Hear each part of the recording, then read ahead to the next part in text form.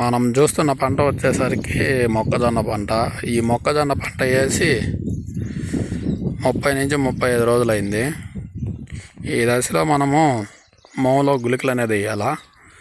మనం వేసే గుళికలు వచ్చేసరికి ఫెటారా గుళికలు. ఈ ఎకరాకి 8 కేజీలు అనేది వేయాలా.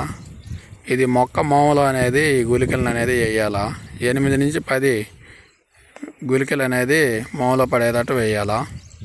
ఇక మనం ఇది ప్యాకెట్ అనేది వేస్తున్నాం ఈరోజు. దీని పేరు వచ్చేసరికి ఫెటారా. దీంట్లో ముందు వచ్చేసరికి క్లోరాంట్రినిప్రోల్. ఈ గుళికలు అనేది ఈ విధంగా ఉంటాయి. చూడండి, ఈ విధంగా గుళికలు అనేవి ఉంటాయి. ఈ గుళికల్ని ఎలా మామూలు వేయాలంటే ఈ విధంగా చేతితో తీసుకొని మొక్క మామూలు పడేటట్టు వేయాలా. చూడండి, ఈ విధంగా వేయాలా. ఈ విధంగా వేయాలి. ఈ విధంగా మొక్క మూల పడే విధంగా వేయాలి. ఇలా వేస్తే ఆ పురుగు అనేది చనిపోతుంది. చూడండి, ఈ విధంగా వేయాలి. Okay, thank you. Like and subscribe.